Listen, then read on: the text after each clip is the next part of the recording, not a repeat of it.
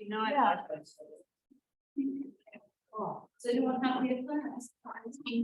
They could be. Well. Good.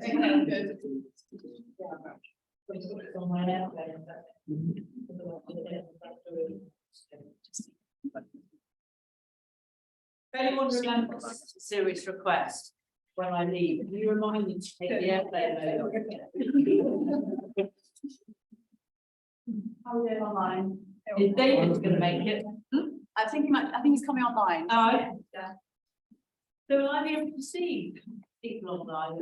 If I bring my laptop over, you'll really fun. Might be a few things that on that screen. Have you all been here all day working your Macedon? Well, they've been here all day, not much work yet. No. Breaking them in gently. Yeah. I stand here with yours. So,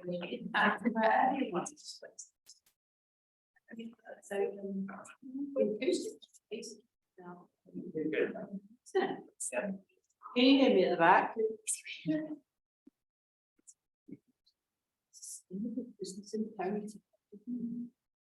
go. Let's say some people have put their faces on.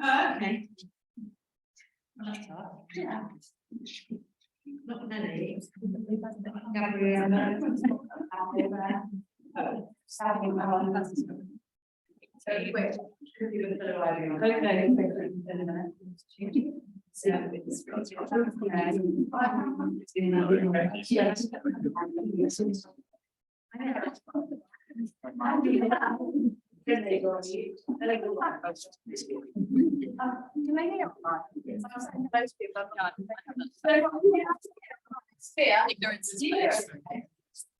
You're quite echoey.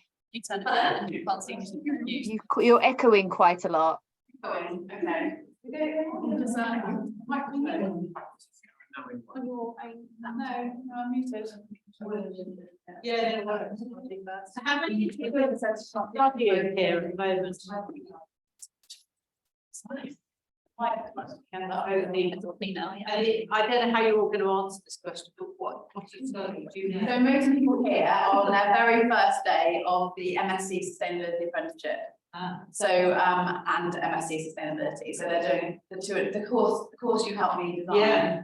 2.5 year part-time for people who are already sustainability professionals or professionalizing themselves in direction. Okay. Sustainability. So how many of you currently do, I'm just trying to kind of assess, how many of you currently do jobs that are sustainability jobs? The vast majority, and those of you that didn't stick your hands up, what are you doing? Technical manager, Technical manager, in what sort of? food manufacturer. Oh, okay, right. Anyone else? Retail. Sorry? Head of marketing, retail. Head of marketing, retail, big retail or what? Perfume shop. Perfume shop. Fashion industry. I'm a student for environmental management for business schools. Right.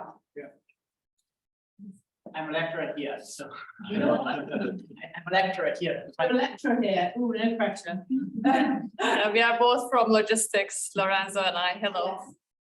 Thanks for coming. What do you We get the best attendance from the logistics group. Sustainability events. Right. Very good, okay.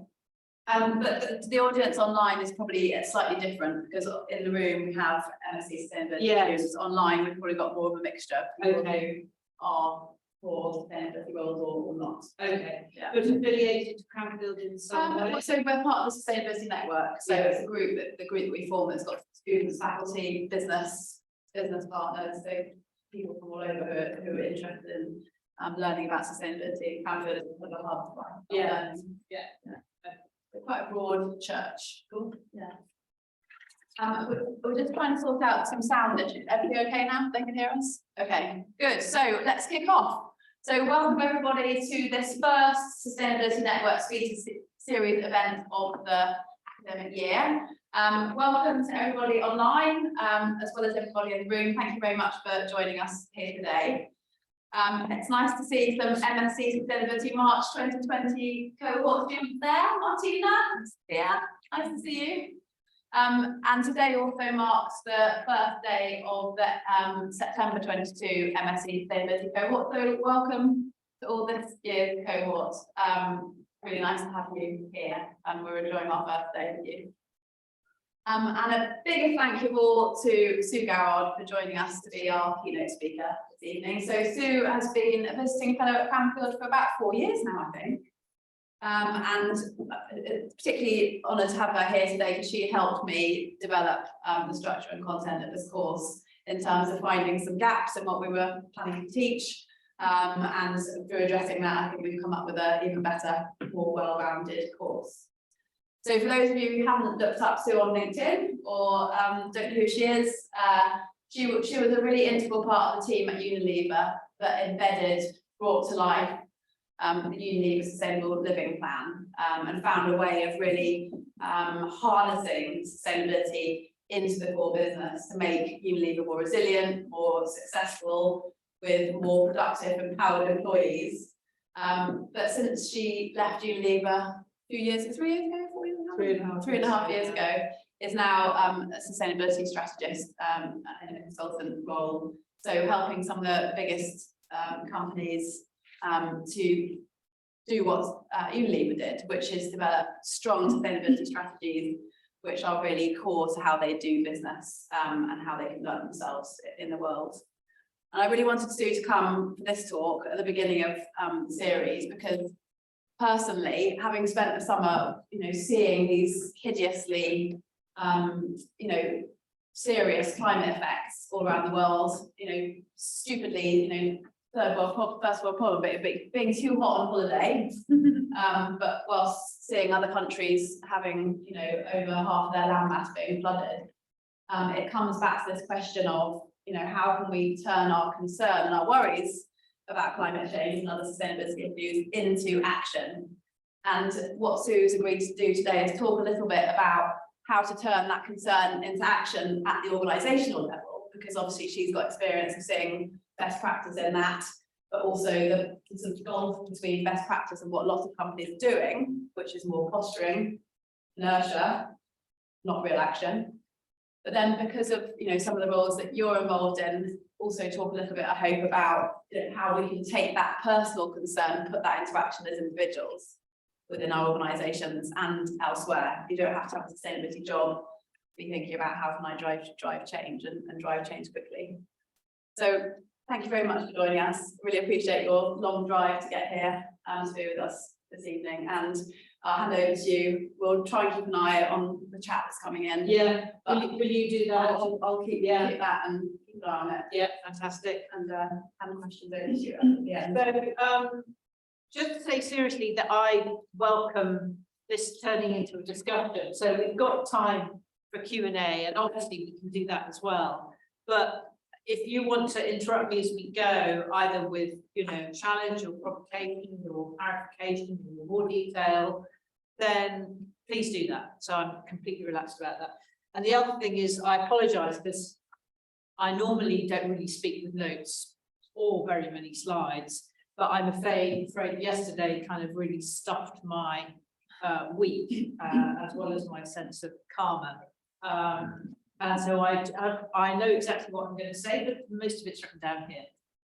So I apologise a bit because I'm normally a bit more fluent than that. And I mean, you've kind of hit on a few of the key points really, but I wanted to start by saying, my God, there's a phrase called VUCA, which is, does everybody know what VUCA is? No. Volatile, Sorry? volatile, Uncertain, Uncertain. ambiguous. complex. Coined allegedly by the US military in looking at doing their scenario planning around the risk of causes of war and any kind of civil conflict. And I think this year, and it's only September, pretty much kind of epitomises Booker.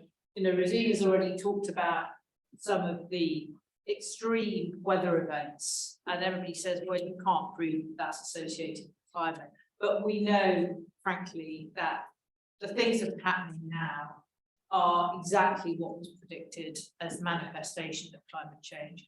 And we also know that what's happening now is happening dramatically, not just slightly, but dramatically quicker than most of the scientists whose input is fed into the IPCC had forecast in their models. Now, there's a good reason for that.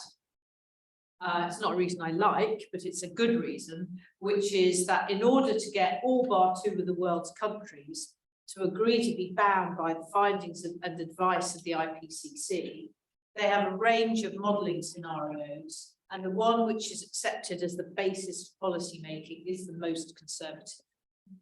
So if it looks like the IPCC don't know what they're talking about, that's not a fair criticism. But even some of the most eminent scientists in this area are saying that what they've been seeing this year, you know, we're seeing bushfires in the Arctic, for example, are happening dramatically faster. And, you know, domestically, talk about it being too hot on holiday, there were forecasts that by 2040, we might breach the 40 degrees mark. Well, we've already done that.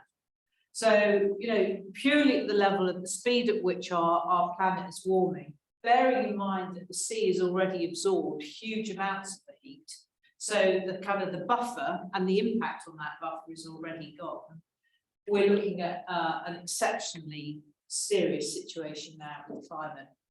And then you look at the impact of the war in Ukraine, and you look at what that's doing to the, I think, not just the chronic crisis around energy prices and how that's impacting the cost of living, but you also look more broadly at what it's doing to national politics, where it's very hard now to collaborate. You see, you know, strains we've never seen before across the EU because of the winners and losers there. And so, you know, at the political level, at the energy supply level, we're facing things that are completely unprecedented. And then, of course, you know, yet another Conservative Prime Minister who 2 days in has had most of her announcements paused, sadly only paused, but who managed to get out 2 insane policies under the cover of the bad news. One which is permission for fracking to start, and the second is permission for new North Sea licenses for oil and gas to be issued, both under the guise of being part of energy security strategy, neither of which can begin to deliver that if you look at the way that the markets work into which they will be sold, and you look at the timescales, and you look at the cost. So, you know, we have a, in my view, by the way, I will be extremely controversial, and you're very welcome to come back and tell me about it, make it much more fun. But we now in the UK have a Prime Minister who is sustainability illiterate. If you look at some of the answers that she gave during the process of the leadership election, talking about recycling being a really good solution to climate, you know, most 10-year-old kids could tell you why that's not correct. But that illiteracy leads to a dogma about free markets and this bizarre lack of interest in doing the basic things well that would genuinely decarbonize our economy as quickly as possible. Personally, I find deeply worrying. And, you know, yes, great, first interruption. We now have a monarch who's probably the most enduring, committed climate activist in the country. Yeah. Do you think that's going to make a blind bit of difference? Well, more generally, the only way I can do this job is I have to balance despair and hope. Key piece of context. In that context, I think he will be very careful about what he says publicly. And I think he will have told his advisors to physically sit on him before he sends any more of his famous spider letters or says anything in the public domain, or is seen to get angry. I love the fact, by the way, that it was a pen he went batshit out. Spidery letters and all that. But anyway, that's a digression. So I don't think we will see any evidence of it. I think it will, but I don't think the man, you can't take that out of him because it's in him like bright through a stick of rock. And so I think he will be using all the private channels that he's got. I mean, don't forget, Prime Minister sits down with him every week. And, you know, I would expect him to have some pretty candid conversations with her. To what effect, I don't know. You look at his mother's words in the context of COP26, and she was very clear and exhorting world leaders going to COP26 to take what she regarded as the very narrowing sliver of time left to take action. So I think that's good because she's kind of set the bar. And I'm sure that publicly he will be pushing up the bar. But I think he understands that the firm is going to be fundamental, as they call it. It was Queen Elizabeth's father who coined that phrase. But I think he realises the firm is going to be seriously damaged if he doesn't play his cards in a relatively discreet way. That's my judgment. I mean, I've met him a few times, but we've all seen him grow up, seen how he behaves. So I think he'll find it hard, but I think he'll master it. Anyway, we'll see. But my point really is that, if you look at the context for all this, for business, it's really quite hard to think of anything worse. Businesses were thinking, we're going to come out of the pandemic, we're going to have an economic bounce. There are lots and lots of people who haven't been able to spend money, who have been able to save. There are also lots of people that haven't, but economically, we should be bouncing up now. And instead of that, I was driving here, I was saying to Regina, listening to the radio, and apart from the joy of listening to Liz Truss, I also heard several people who run businesses, two of which have already gone bust. One in agriculture, growing cucumbers because their energy cost has gone up by 800%. Another was a small restaurateur. So, we're looking right now at I think probably forecast right that we will have some form of a recession. And against that, that massive U-turn of expectation about how the economy would be doing, and what that meant critically, to bring it right back to the point I'm going to talk about, for companies' willingness to invest for the long term, to take risks, to be seen to be doing something that was the right thing to do, when quite a lot of the companies still have relatively low levels of understanding of this. And again, Rosina talked about the fact that there's a lot more talk than there is action. And so I do lots of things with groups of company execs, and they will tell you that the mood in the last 6 months has shifted dramatically in the executive teams and the boardroom. Certainly if you're looking at big listed companies. From ones where people felt, actually it's now time to put your best foot forward, where COVID had built people's needs. I'm talking here about the executives of major companies, by spending, large amounts of time at home, often with their teenage or early 20-year-old children, had really changed their view about the profound connection with nature that we have. In fact, we're dependent on it, not the other way around. And that, again, had created a kind of a bounce out of COVID. And suddenly, you can see that confidence falling through the floor. And so, I think we're at a really fundamental crossroads, is really the key thing, first key thing I wanted to say to all of you, a fundamental crossroads on whether we now lose our nerve or hold our nerve. Because the only people that can actually deliver the change we need to see is business. Then we need lots of enablers and all that other stuff, and I'm going to talk about that.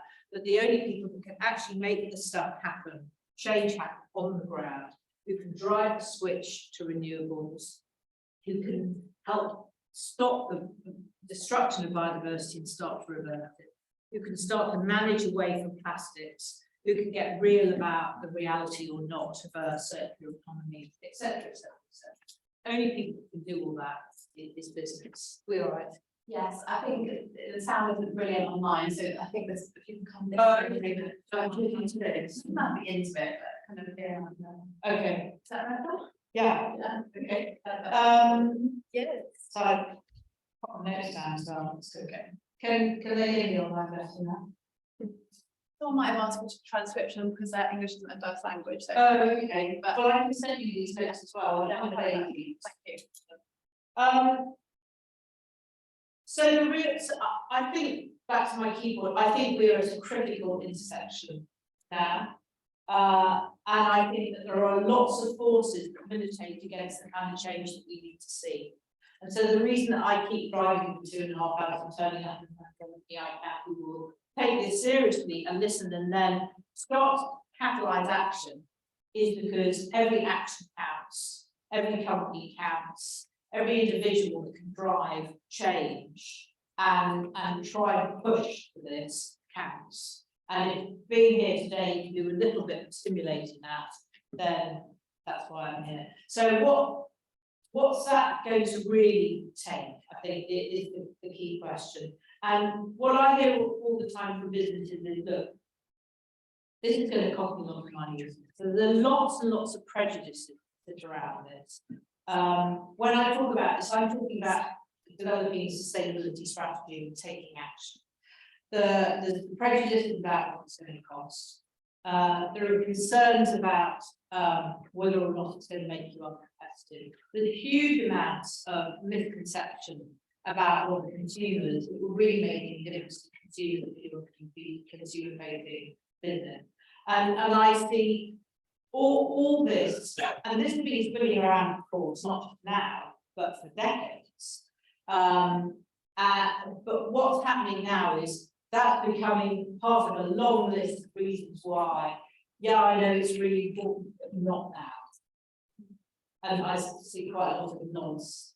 And the not now is a really serious problem because we have so little time left now. And the action that we need to take is radical. You know, iterative is not going to cut it. So, just looking at this, the question of the role of business, I think the first thing is there's quite a lot of discussion about growth. Is it good? Is it bad? Can we afford it anymore? And the reality is that that's an interesting conversation to have, but it's almost entirely academic because we have the capitalist system with a few exceptions, one humongous one in China. We have the system that we have, the mixture of political democracies and capitalism. And the reality is, if we're going to move at the speed we need to, we simply have no choice but to work with the system we've got. And that's pretty critical. So all the academic debates about, yeah, well, we can't change it, guys, not in time. So we have to look at the system that we've got, and we have to say, okay, how do we work with the energy that creates instead of against it? Because if you work against the system, you will not succeed and you will disperse a lot of progress that you could otherwise make. So that's a really kind of a key context point for business. But of course it raises a real problem. So almost all businesses have some form of ownership and funding. So even if you're a really small business, I've got several friends who set up their own businesses, and by the time they got to the second funding round, they've given away control in return for large amounts of investment externally, quite often from private equity. And I don't know how many of you are familiar with private equity in any detail, but basically private equity is unregulated. It's not transparent. Nobody really controls the way they conduct themselves. And a classic example of that, which is a serious problem at the moment, is that the oil and gas sector, where big investors are starting to pull out. So NatWest 2 years ago said we're pulling out of fossil fuels, and they're on a graduated slope to pulling out completely. Well, the companies they used to invest in still invest, and they still need investors. Guess what? They're owned by private. So if you're beyond a certain size, almost certainly you have lost control of the ownership of your business. And why does that matter? It matters because your owners, and this is particularly true right away from the big FTSE companies, so Unilever, where I worked, is third in the FTSE, right the way down to small companies that have got private equity owners.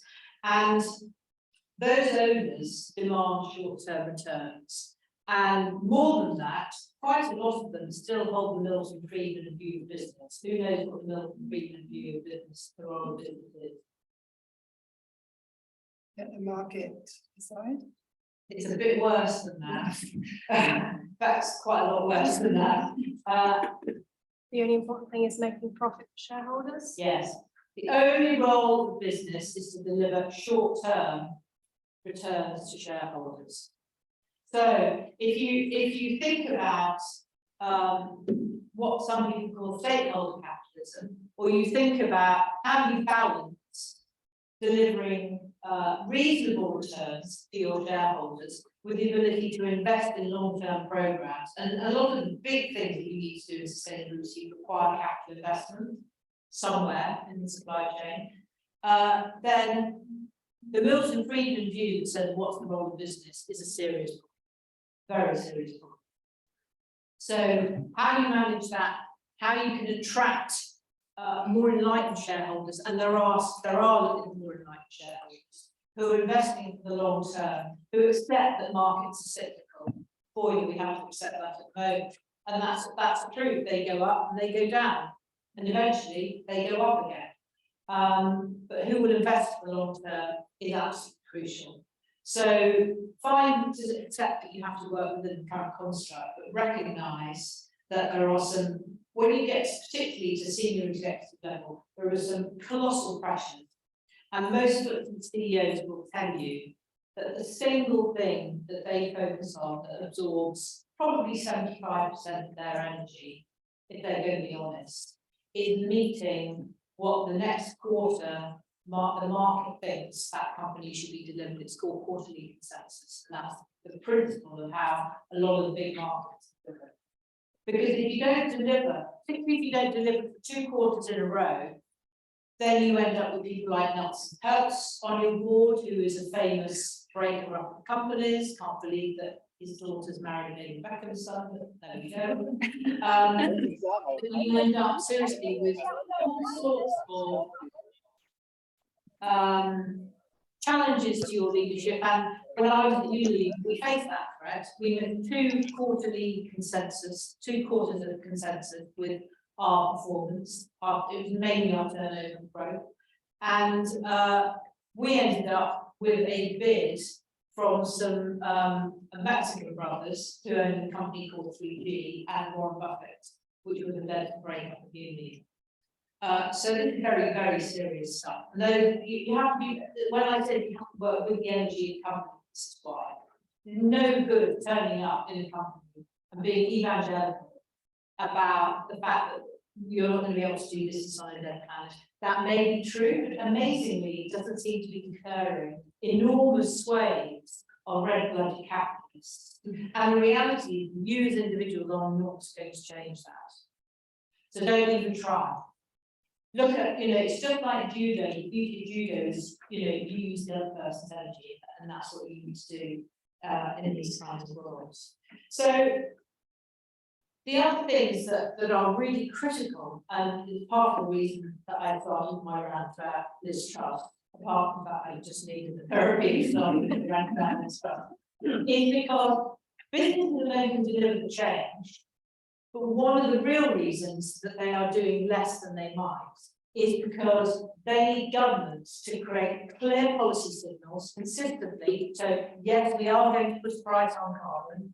Yes, this is the range. Yes, this is the scale of impact we want. Yes, we are looking at moving away from fossil fuels. You look at the level of clarity in policy making at the moment, and it's impossible for companies to know what environment they're going to be pitching into. And so I'm going to come back to why that matters and what the role of business is in the political world. It's sort of been similar but different from the question that you asked.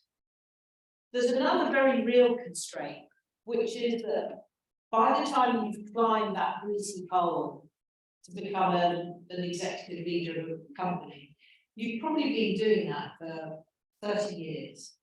And at what point did any of those folk in the executive team spend 5 years, 10 years, whatever, doing sustainability in their business? I can tell you, almost none.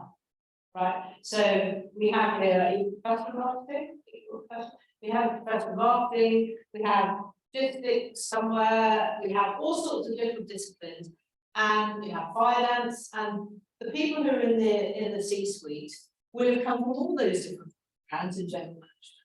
Almost none of them have the foggiest idea what this stuff actually is. And so you imagine it, you've got a pressure of delivering quarterly consensus. You've got the fear of what happens if that doesn't work. You've got an economy that would make you feel sick if it was a seaside ride. And then somebody says to you, yeah, but you know, you've got to go and save the planet as well. And of course, no matter how you phrase it, at first that's how they hear it.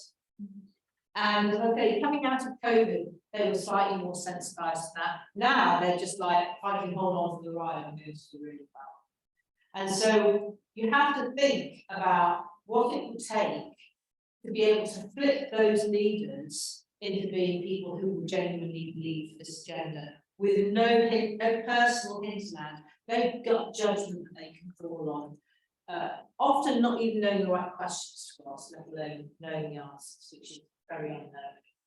And then another really fundamental issue is that for most people who are working in sustainability or in marketing, and I think marketing has got to make a huge shift here. They believe that consumers are hypocrites, and they believe that really there is relatively little opportunity to grow by being a more responsible business or brand. They think there might be some opportunistic tactical opportunity by bunging a piece of greenwash labelling on a product. But very few businesses have really understand that actually consumers are not hypocrites at all. In fact, consumers are miles ahead of most of the other actors in the piece. They're ahead of our politicians. They're ahead of our senior leaders. They want to see more responsible government and behaviour by companies, and they want to be more responsible consumers. But A, they don't know what that looks like, and no one's decoded it for them. B, they're not going to pay any more money for it. Why should they? They're seriously cash strapped, and we're all big companies, you know, stereotype, making lots of money. And by the way, we were the people that invented that, whatever it was, you know, bee killer or deodorant or hair curler that I didn't know I wanted until you started product to me. So if you can use your marketing genius to make all that money for your business, well then you can afford to make it in a more responsible way. So they're not absolutely, there is no big pot of cash sitting there that says consumers will act on a sense of guilt and concern. They won't. They expect companies to do that. And then the final thing they want from brands, well, can anybody guess? It's really basic. The money with consumers. Well, that price is part of that. What's the other part of value for money? Product performance, yeah. So what they always accept is a product that works less well, right? And why would you? Why would you, as a single individual, say, okay, I'm going to buy that aerosol because it's not really aerosol, it's fully recyclable. No, the stuff inside doesn't work well, and I've paid twice as much money. Right, so the laughter. How is that a consumer proposition? It's not, right? So the reason that marketeers chiefly are getting themselves into a complete trap is that they don't deeply understand their consumer, and they don't understand what that consumer contract is like. And because of that, they're both failing to do good marketing and therefore getting increasingly beaten out of greenwashing. So that's really bad news because of course that makes them lean back from the opportunity. And they're failing to lead, strive a more responsible approach to developing their brands and their business, to win share from businesses that are less responsible, and to do well as a result of doing the right thing. So, you know, and I would have said all this, by the way, if you don't read it, but I said this very openly when I was at Unilever. It's only when I got the guys and girls, mainly guys, at Unilever to completely rethink how we did marketing that we opened the door, that I had always felt was there, but Marty has flatly refused for a long time to believe.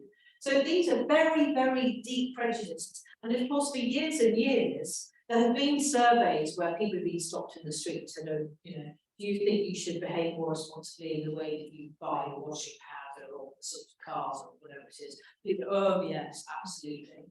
And then they trot up and buy the same old thing. So there's a long history of very long, deeply ingrained in businesses of believing that consumers are hypocrites. But it's very dangerous to believe that. But the reason I say that is these are the real some of the real barriers that one needs to really think intelligently about and overcome. And they're completely overcomable.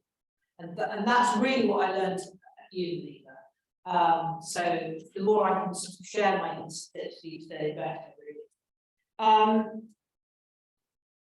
But my second point, to come back to it, is no one can actually drive the change of our business.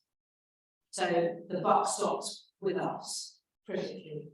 So why now? So let's just unpack a little bit more. By the way, just to repeat, invitation to interrupt me as we go. I don't know if you're bored of my voice yet. The why now? So here there is a real risk that people default to the moral case. And of course, we all know the moral case. And for any of you that work or are studying in sustainability, it's staring us all in the face. But as I've said, companies don't work and are not motivated purely on the moral case. If it aligns with other things, that's great. But that's not why most big, mature businesses exist, because they're there to deliver on a moral case. And so what you need to do is to think about how, as I say, how you go with the grey business, how you do that in a way that says the right thing to do is to act now. And the way that you do that is by looking at what the business case is. And just to throw out a few points about what can sit in that business case. Business case in this instance is not going to start by being a fully extensive, fully quantified thing. It just won't be possible. You won't have the data. So you need to think about the business case in the broadest possible terms. So one of the really basic things is that actually, increasingly, people want to work for companies that don't have any shared values with everyone. And we are seeing this quantified and live all over the place. And again, I think it's one of the positive post-COVID reactions that people are really deeply reflecting. Well, what does this work mean? I spend an enormous part of my life doing it. I want to live a life with meaning, and that means I want to have work with meaning.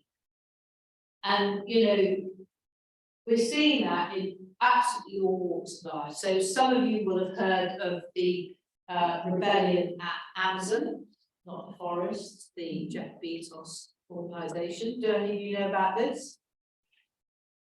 So someone that's back here, that's good. So Amazon employees deeply frustrated by the packaging waste, the lack of a shift on energy strategy, a whole host of issues.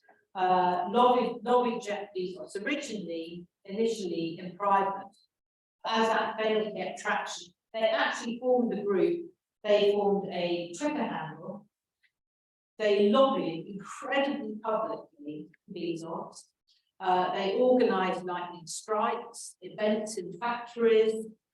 They marched. They were publicly all over the place. If ever there was a climate-related march, you'd have the Ben & Jerry's guys, followed by the Amazon guys. But actually, the Amazon guys were out there in public saying, Jeff Bezos, you know, this is one of the biggest companies on the planet.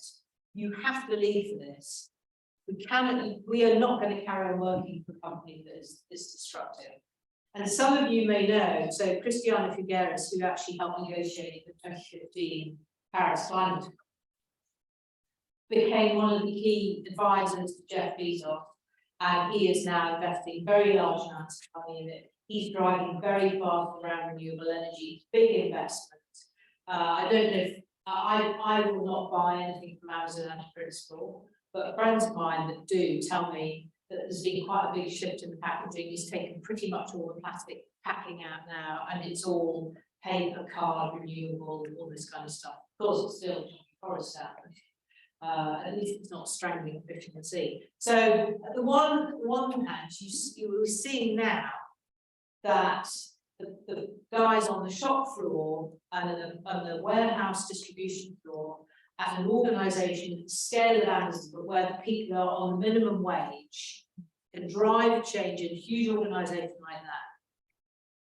Take it to the other extreme, yeah. I was just going to add something to the Amazon story. Right. In that Jeff is trying to buy up the wind farms in Scotland and monopolise that power just for Amazon operations. So there's a huge amount of argument about the fact that the Scots want to create that power for themselves as a country, and yet there are big businesses that have the financial power to take that over. Yeah. So there's a bit of a Yeah. there's a thing going on there as well. What's anyone's view about whether what Jeff Bezos is doing is good for the Scottish power market or bad? Bad. Right? I think it's bad.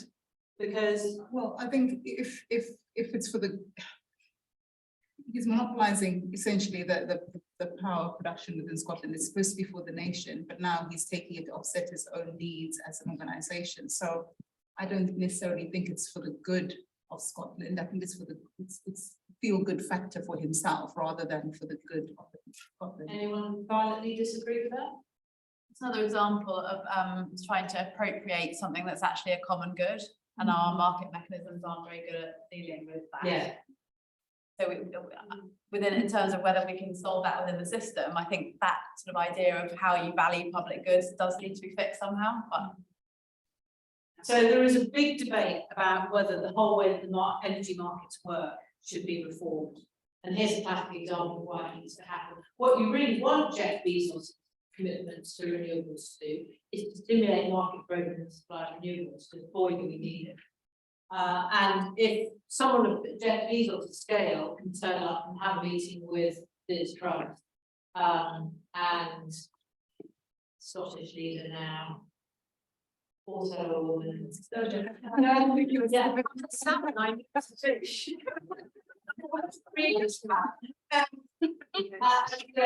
Okay, we want to see accelerated development onshore wind, because there's some stupidity about that as well. That's the kind of energy that we need breathed into a renewable sector. So, you know, it would be interesting to see whether he can pull that off or not, and whether that level of monopolistic control is actually allowed. I would be surprised if it is.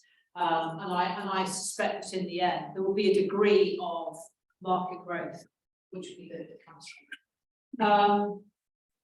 So can I ask a question that's come in? It's not about consumers, but it's another pressure. Yeah. So it's from Carly, who works at Tribe Impact Capital. Yes. Also a MML student. So she's asking about the shifting expectations of shareholders. So if we go along with your premise that, you know, decision making is driven by what shareholders want, do you think that the shift in shareholder expectations is actually having a positive effect in terms of putting pressure? No, not yet. Not yet. And then the second part is, if you do think they can drive it, is it better for companies to work with companies they invest in to help them improve, or divest? So I think I wouldn't want to blame the investor community by sounding negative about this, really. The problem is that there is no, so you know, for companies financially performing well or not, there is a single way in which you analyse company performance. So you look at turnover, profit, growth, blah blah, EBITDA, all that stuff, and the accounts get audited, and there is part again on the common currency for how you evaluate a company's performance and compare it with every other organisation in the sector.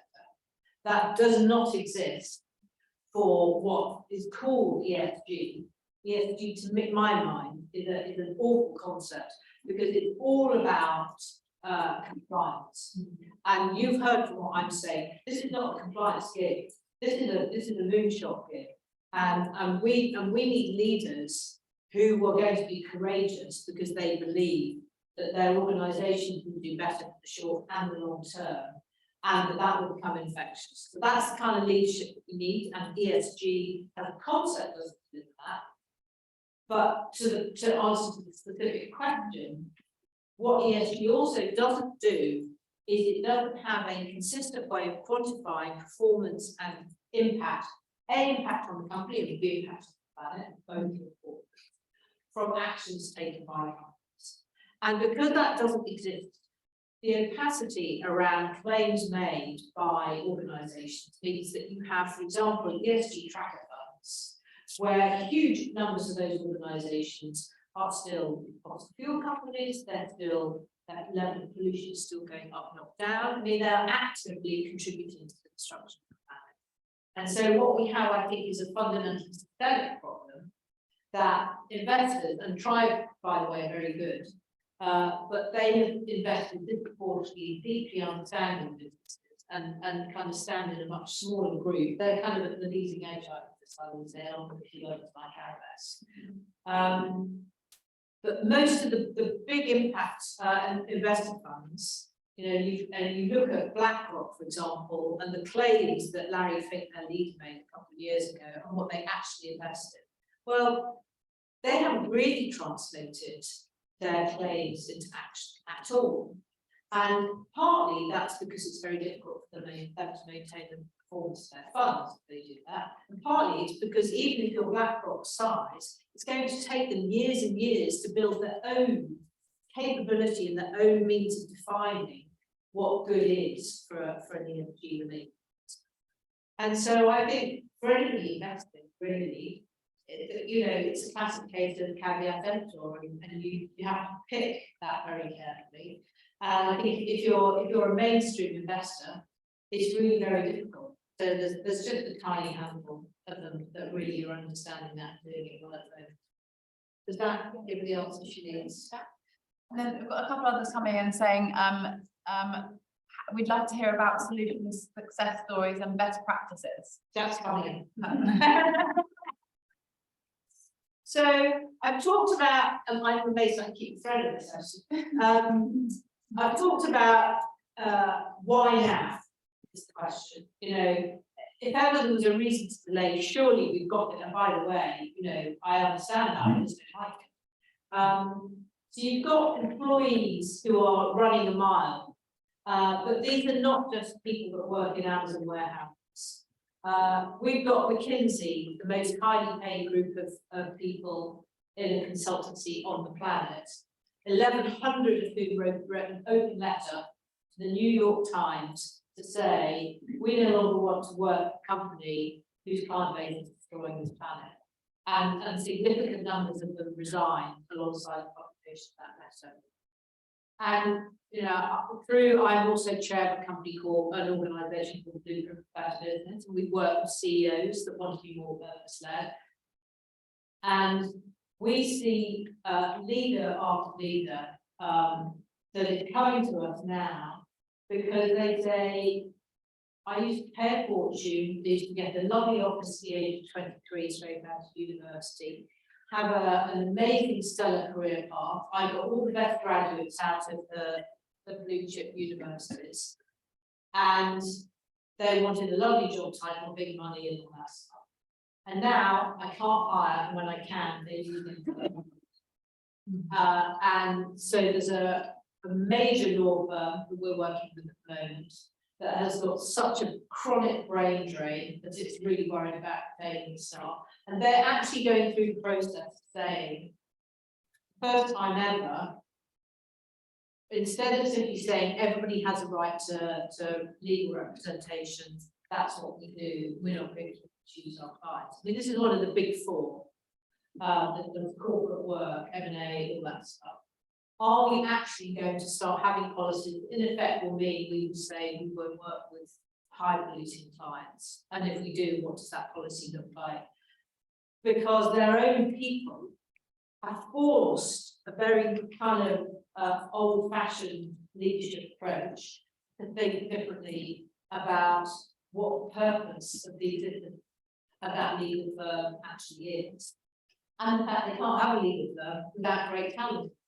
So, you know, why now? First of all, because if you want to carry on employing great people, no matter what sector you're in, this is one of the things that really counts. And in a post-COVID world, we've got tons of data that shows that people don't want to spend a life without meaning work, and they look for the values and the style of leadership behind how leadership behaves. So, you know, that on its own, I think, is a pretty strong catalyst. The second is really what I was inferring earlier, which is even if you're not directly working in a sector that supplies consumers, you will almost certainly be part of a chain that does. And what I can tell you, and this is where I have direct experience, and I'm very happy for you to grow in this, is that when you do offer consumers a tangibly more responsible product, where you describe what that type of responsibility is very precisely, so they understand it and they can believe it and you can prove it, and you don't charge them any more money, and the product's just as good, if not better than the competition, they prefer you. And at Unilever, we codified this, we spent 5 years on it, and we developed this concept of a sustainable living brand. You may remember as we talked about my running the Unilever Sustainable Living Plan. So we codified it, and after 3 years of shifting how we made the brand, so it was inherent in the product, and how we marketed them, and how we committed to major long-term shifts that would reduce environmental impact and help communities. Those brands that did that were growing 67% faster than the rest of the brand portfolio. Now, anybody who knows anything about fast-moving consumer goods will know that if you're a mature brand, 5% growth a year is fantastic. 67% is like knocked down par. And that has sustained, that wasn't a plan. So the other reason why now is that not only is there a lot of risk of inaction, but there's a large amount of opportunity to do well by doing good. And of course, if you do that, everybody wins. The company wins because you win sharing the confidence. The consumer wins because they're feeling more comfortable about that purchase, that builds their loyalty to your brand. And the planet wins, well, it's a bit less bashed up because you're being less bad. So there are just 2 reasons why now, in addition to the fact that we are hurtling towards a situation where the level of disruption business is going to face will mean that we won't be able to operate really on anything like terms that we would understand business to operate. So best practice, reasons to be cheerful, all that stuff. It's fascinating. So having left Unilever and now work with probably directly with about 15 or 20 big companies, from Danone to Mars to Associated British Foods, Primark, etc. But probably tutoring about 200 senior executives through the work I do with Cambridge. Almost all the opportunities and questions and all the examples of best practice are all the same. Doesn't matter how big or small they are, doesn't matter what sector they're in, everybody's going, and there are different points on the journey, but it's fascinating to me just seeing across the spectrum that the similarities across businesses are much greater than the differences. So for those of you sitting there thinking, oh, I'm in sector X, it's a bit strange, some of this probably won't apply. Maybe it won't, but I'm pretty confident that a large amount of it will, and obviously again, ask me about it. So when I look at what the kind of the special sauce is that is driving success in some companies, obviously the most fundamental point is leadership. Now, leadership's not just the guy or gal, again, sadly, still mainly the guy at the top. It's all the way through. So anybody that's in charge of anybody is a leader. Anybody that's in charge of any resources is a leader. And there's a fundamental difference between leadership and management. management is just organisation and delivery of stuff.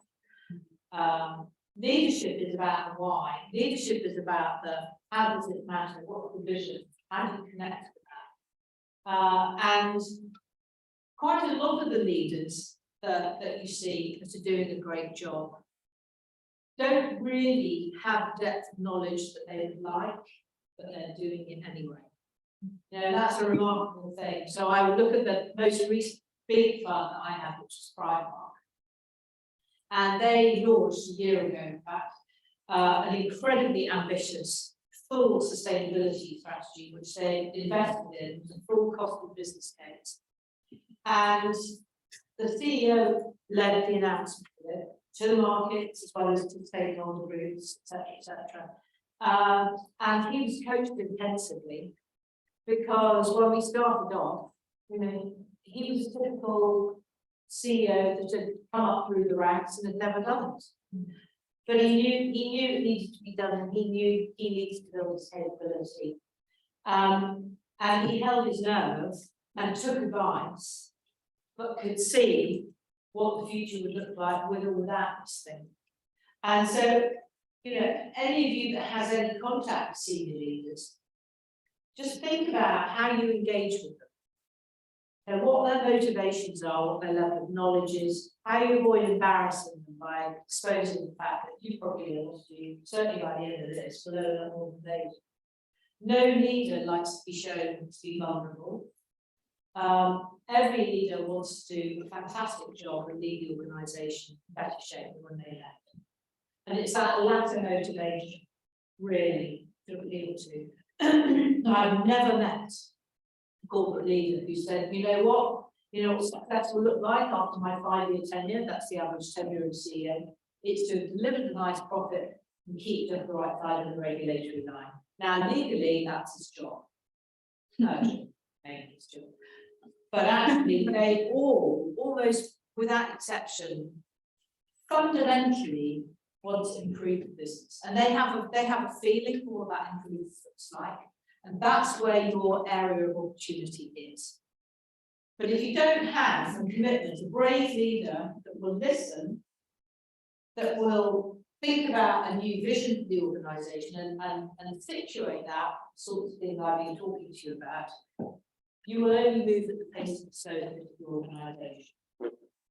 And eventually you'll become another Kodak. Because companies that don't change will get overtaken, and whole sectors will change. But even if your sector survives, because we're seeing all sorts of leapfrogs of technology in sectors at the moment. Even if your sector looks vaguely like it does now for 5 years' time, companies that have done nothing will go to the wall. So that's probably not a very good thing to tell a CEO, but helping them get to a place where they can probably realise that, and they can start to see a better future is a fundamental part. Without that, you won't get it. And then equally important is, and I've talked about this before, which is, of course, there's an incredibly strong moral target. Because the last thing a CEO wants to hear is, you ought to do this. Don't bloody preach at me. Even if they don't say it, that's what they're thinking. The critical thing that sits alongside leadership is recognising that sustainability is business strategy. Okay, it is business strategy, simple as that. Now, there are other things in business strategy as well. It's not the entirety of it, but it's not something that sits on the side anymore. It's not CSR where you carry on digging huge chunks of coal out of the ground in Australia, but go, no, we're a really good company because we built some schools. That'll fix the carbon problem, then won't it? So old style CSR, gone, hopeless. I mean, avoid it like the plague. But understanding that sustainability is part of business strategy is fundamental, because it will affect and shape everything that you do in the company. Who you hire, what the values are, which suppliers you're prepared to work with, whether or not you use legitimate sectors, how your costing works, what you invest in, what you pull back in, everything gets affected by it. And all the really good companies who are best practice get it and practice it. So these really are the two, you know, if you haven't got those, then you're just not going to get out of starting blocks kind of thing. Assuming then that you get those, then what you need to work that up into, I've mentioned this before, is a business case. And the thing you have to realise about the business case is it is going to look like a piece of Swiss cheese for a very long time. That really doesn't matter. What you're trying to do is you're trying to make concrete this idea that sustainability is part of the business, and you're trying to develop a language and a vocabulary that everybody in the business recognises. You turn up, you come back from this course, and you go, carbon, regenerative. People go, oh my God, it's that scientific babble.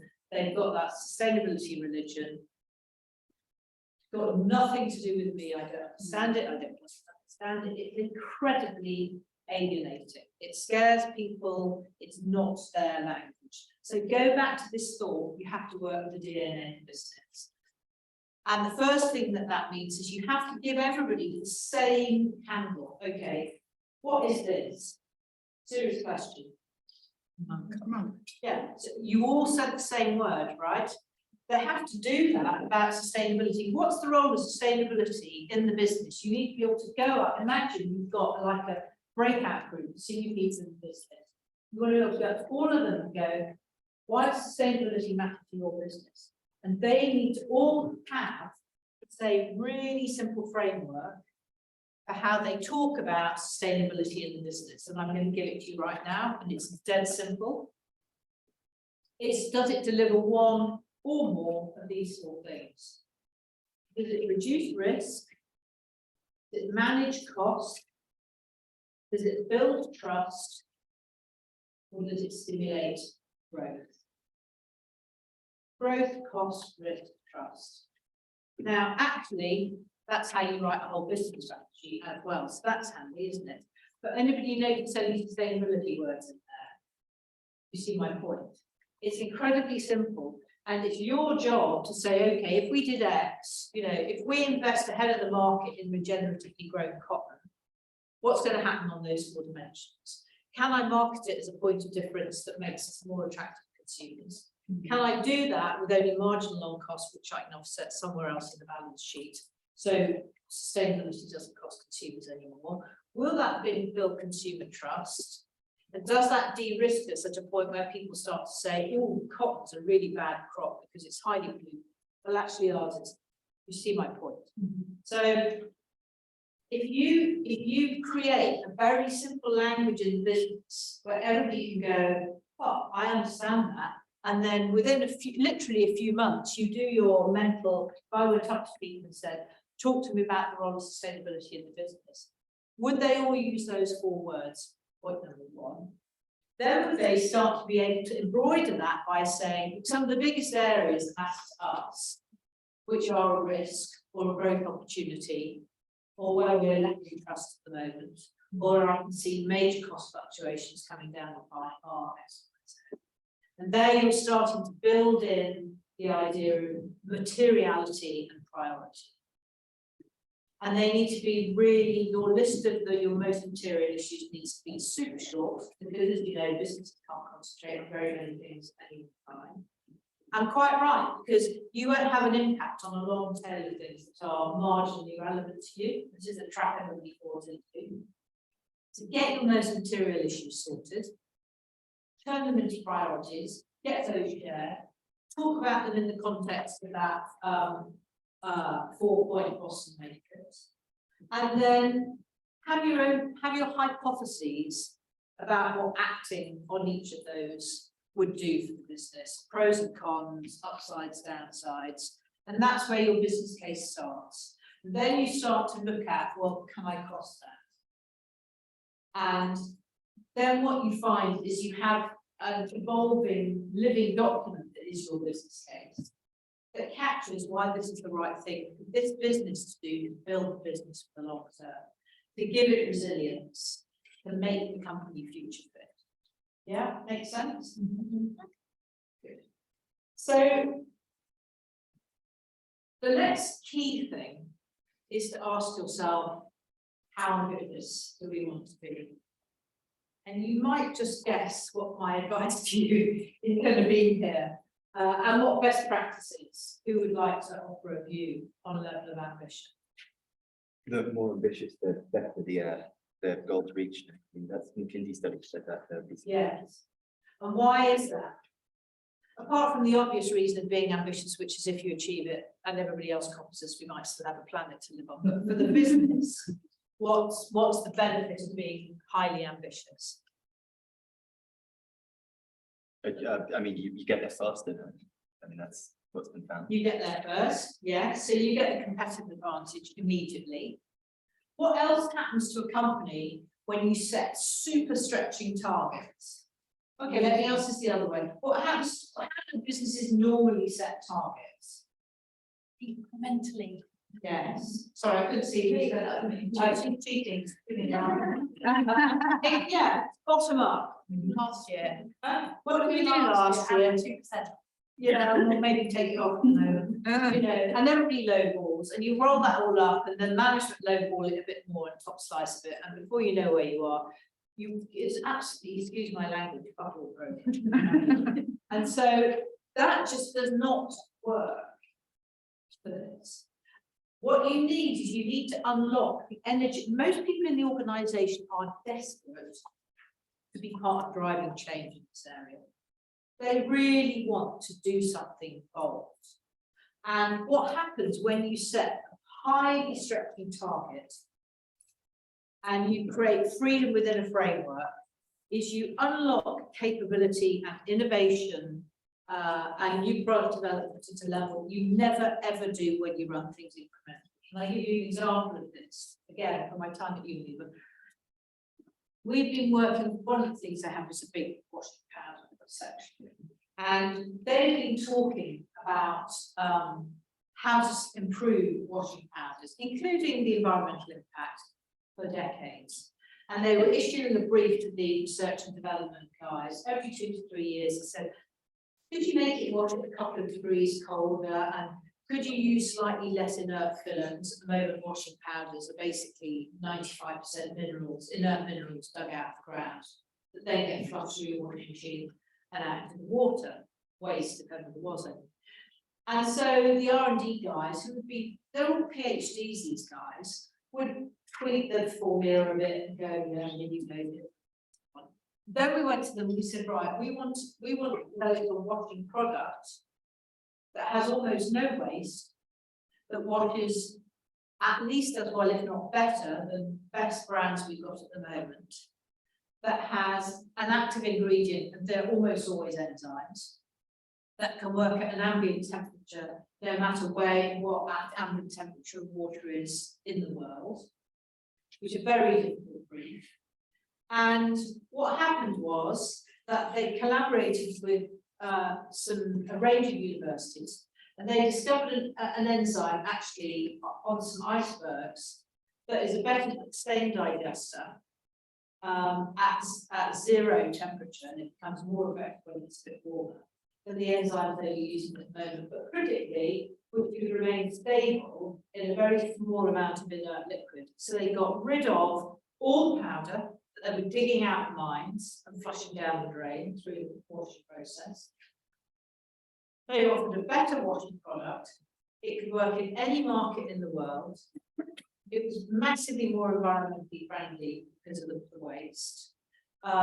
It was also more environmentally friendly because through the supply chain, you weren't moving, spending the energy and emitting the carbon on transporting huge amounts of inert substance, whether that's from the mine to the factory, from the factory to the shop, or women carrying huge bags of stuff. And that created a complete revolution in the laundry market, and the whole market followed and moved. You saw complete market transition in all the mature markets within 5 years, having had a largely stable market in that sector for decades. So, and what that did to the brand was to reinvigorate it and drive share growth, which again, for a mature brand is incredibly difficult to do. And there are lots of examples I can give like that. But the point is that when you create a big hairy goal that's inspiring for people, actually you take them off their hamster wheels and you unleash creativity and energy in the organisation. You also, if you're public about it, you attract partners who never thought that you'd be interested in working with them. You get organisations like Cranfield and best universities around the world and innovators coming to you saying, we've been working on this thing for ages and we weren't sure if anybody would be interested. And you see breakthroughs. And so if we're going to solve this problem, that's what we need. But if you really want your company to be future-proof, if you really want to drive deep resilience and make it future fit, you absolutely need to set stretching ambitions. And all the best examples that I can think of have all set things where they don't even know if it's possible.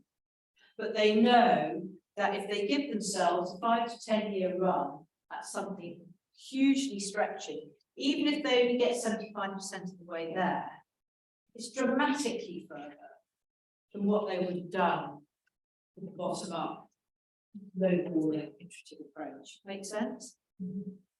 So that is across all the organisations that I see, that is a very, very strong common feature.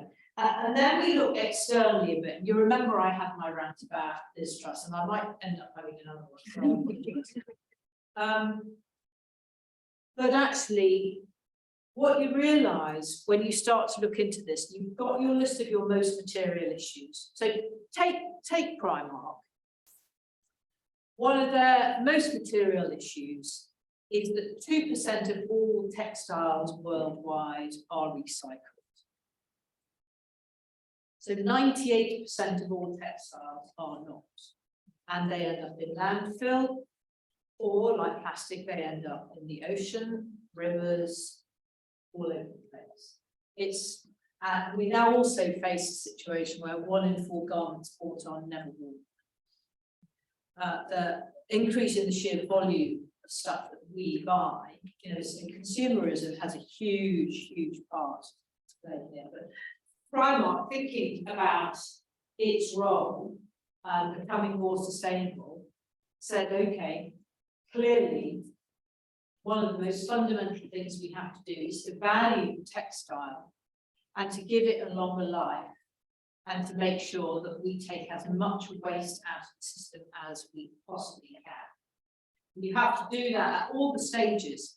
So that forces you to look across the full value chain, right from the very, very start of the cotton that's grown or the oil that's taken out of the North Sea and turned into polyester, right the way through to the end of life of the garment, and whether or not actually it's feasible or economic or any of those, either scientifically or just in terms of people's health, to actually get to a circular economy with fabrics and textiles. So as soon as you start to think about that, what you realise is that you're just one really small cog in a totally colossal system. Because even if you believe circularity is possible, and in some fabrics it is, but there's a huge shift that's needed. I won't go into that now. Take questions if you want. But if you believe that circularity is impossible, you set it for yourself as a goal to become partly circular, then that forces you to say, okay, so the moment somebody buys something, we have to get it back, or somebody has to get it back. Well, which consumers are interested? I mean, we're really interested in as consumers going into shops, buying lots of bloody Primark stuff for almost nothing, and waddling down the high street with more bags than we can carry. We're really not very interested in doing the reverse, which is going out of the house with clothes we're fed up with and waddling back to the store and handing them back, are we? So the first thing you confront it with is, how do we get consumers to give us this stuff back? Then you have to say, okay, what is it they're giving back? What's it made of? Is it made of the same thing as all the other clothes that they send back? That means there's a cat and hell's chance of having a recycling technology for that textile substrate. That means that you get enough volume of stuff that goes into a recycling machine that doesn't gum up the works because you've got 59 different versions of the same fabric. So then you go, oh, that's the whole textile industry then that we need to worry about. And then it gets even more complicated because you say, okay, who are the guys that are going, girls, who are going to invest in the infrastructure, built in the right places, with the right capacity, with the right pricing, to actually do the recycling? And how will they know what textile substrate they're going to have to build it to be capable of recycling? Then you get into another whole sector. Then you say, okay, well, really what quality stuff is going to come out at the end of that? And is that going to limit the kind of clothes that we can make if we buy that? And is it really recyclable more than once or twice? And what's the relative price? And. So that's just a small unpick, that's a very small unpick, to make you understand that if you really want to do a great job in this space, once you've got your priorities and you've understood what your first moves are and you can articulate a really simple business, you need to look outside your own sphere of operations really very quickly. Particularly, you need to look upstream. So all the best practice here is partnership with key suppliers, because in almost all cases, the vast volume of carbon, biodiversity and other pollution impacts are upstream. The remainder are almost all downstream as a result of consumption habits. So you have to not just look at that, but you have to commit to being part of how you drive change with that. So that's a mindset. It's very different from business. Business is absolutely, yeah, that's very good. I'll buy some of this, I'll do that. But I'm really good at making this thing. This is how I leverage the hell out of that. No, suddenly you have to think in a completely different way. You have to build partnerships right across sector with competitors. Quite often you'll be building informal coalitions, because what you're trying to do, again, this is partly about market signals. If there are enough companies like Primark saying, really basically, for example, we are going to favour lab-grown fabrics, or we are going to stop buying leather ever, or we're only going to make things from naturally derived fabrics like cotton, bamboo, wool, hemp, etc. If all the top 5 fashion companies, volume fashion companies in the world got together and said, these are the things that we're going to phase out, these are the areas we want to go, this is how we can get that sort of supply, we believe, in theory, in a way that is manageable and sustainable within the limits of the planet. What do you think the supply market would do? They go, oh, over here. But when you're an individual company, you can't drive that change on your own. So what you need to do is to understand how you create critical mass really quickly, because the timeframes that we have to operate in are very urgent now. Start to shift whole sectors, and that means you have to look at the whole of the system of which you're a part, and understand that even though you don't pull levers with direct control, you can have an influence, and if you partner effectively and you're consistent in your signal, others will join you, and that starts to build change much more quickly. So that will make sense. Yeah. How am I doing for time? Badly or disastrously? 18 minutes past 7. I'll stop soon. So my top tips are, a lot as well as all that stuff. Start with why. Simon Sinek, Credit Reviews, knows the doors read the book. If you don't really understand the culture of your business, you can't possibly land what needs to be done within it. So if you work in an organisation that it has leadership that's grounded in some kind of purpose, this is much easier because this becomes part of its purpose. If you're in an organisation that's red-bloodedly all about the bottom line and short-term delivery, then you have to reframe the way you talk about this. But it doesn't mean you don't have to do it. It makes it really critical that you go to where that business's culture is, and you position the why in a way that is attuned to that organisation's culture. If you don't do that, you will not get off third place. The second is that most senior business leaders still have a strong element of binary thinking, which is either I make money for the short term, I do the right thing for the longer term.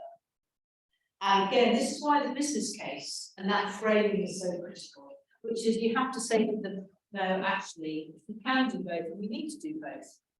But always the job of management is to deliver the short term or planning for the long term. This is really at the heart how you plan for the long term. So it's no different in its concept than any other business discipline. It just involves subject matter that previously you've been unfamiliar with. That's fine, there are lots of experts that can help us with that stuff. So break binary thinking. I've talked about the business case, and that's critical. For a lot of businesses, central to that is understanding your consumer or your customer. And I've talked already about where the opportunity for this is, and the lazy thinking I see in particularly in the marketing discipline. You know, for me, the classic example of this is two new laundry brands. Ecover, has everybody heard of Ecover? Yeah. Which is owned by Johnson & Johnson and has basically not grown for 10 years. It should be going flying off the shelves at the moment. Why isn't it flying off the shelves? Underperformance. Underperforms and price, right? So why is that a good proposition? Right? And who's heard of Small? Yeah, okay. Declaration, the founder is one of my closest friends and she's brilliant. She's also lost control, she didn't have third funding round, by the way. So, you know, when I talk about that, it's very real. And what Small has done is it's significantly cheaper than the competition. Product performance is better.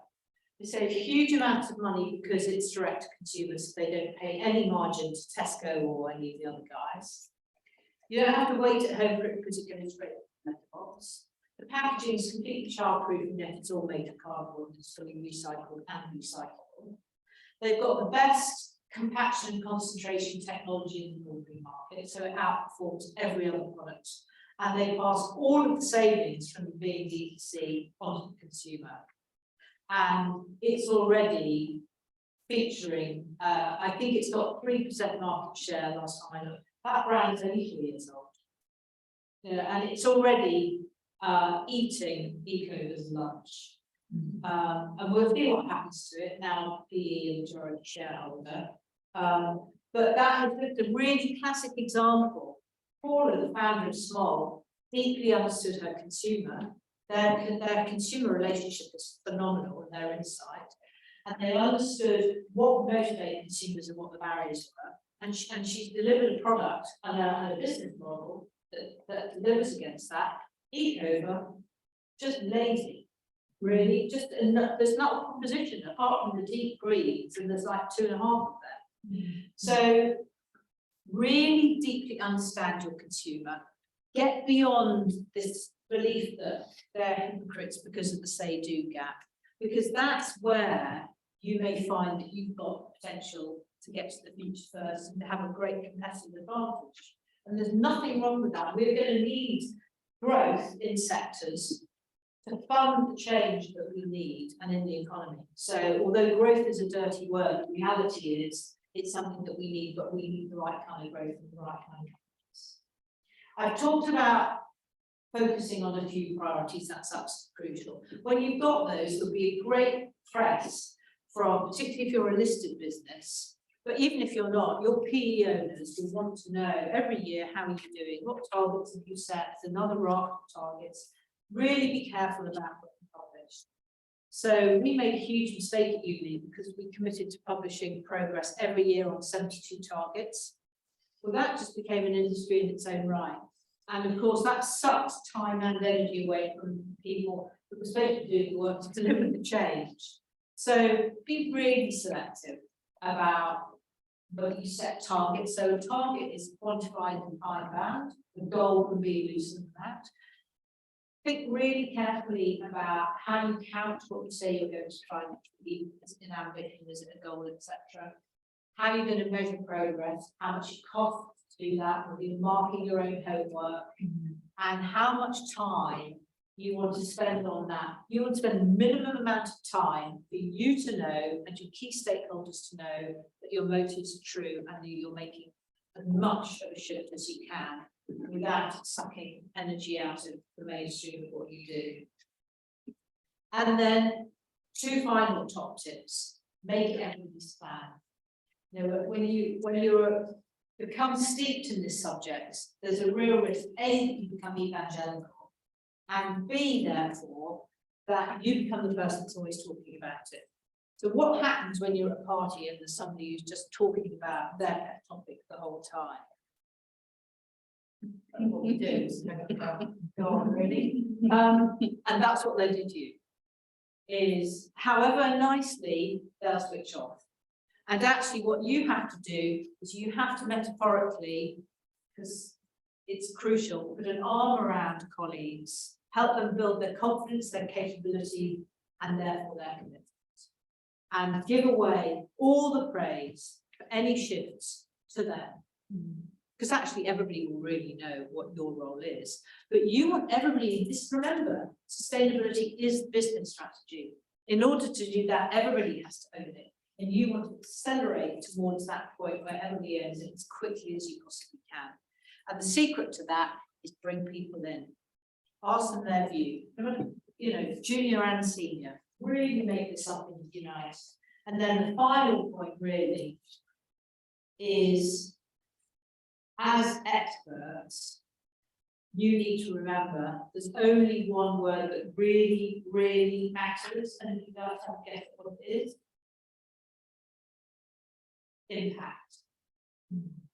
All the blah, all the policies, all the list of activities, all the targets, all the measurement, blah, blah, blah, all that stuff, all the discussions with suppliers, all the changes in formulation, all the shifts of packaging, all lovely, all irrelevant unless it's actually rapidly inducing impact. And one of the big issues, of course, back to the tribe impact capital question, is that anybody that is measured on ESG as a business will be asked about what the impact on the business is of the environment. Actually, we need the other one as well, because if we're going to really achieve what they're talking about at UNGA, the UN General Assembly, this week, and then hopefully COP27, if we're going to achieve what the IPCC says is needed, then there is only one thing that matters, which is what impact has all this resulted. So that's ultimately your focus, is to navigate the business, lean into the way it works, but remember that's really, really matters. And in the end, you will get rewarded for it. And if you build a great relationship with your marketing partners and you bring them on the journey, they will get that and they will celebrate and leverage it for you. But all of you can be part of the change. You need to have your own vision. You need to talk business language, not sustainability language. And you need to really go for it, but with passion and hope. Those are my top tips.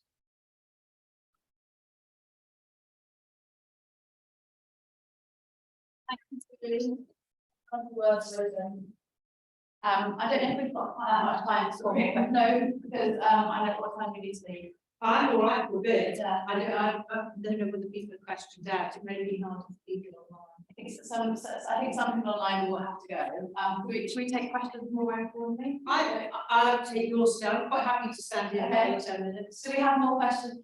Oh yeah, we've got to go. We have to go for a formal photo for the photographer.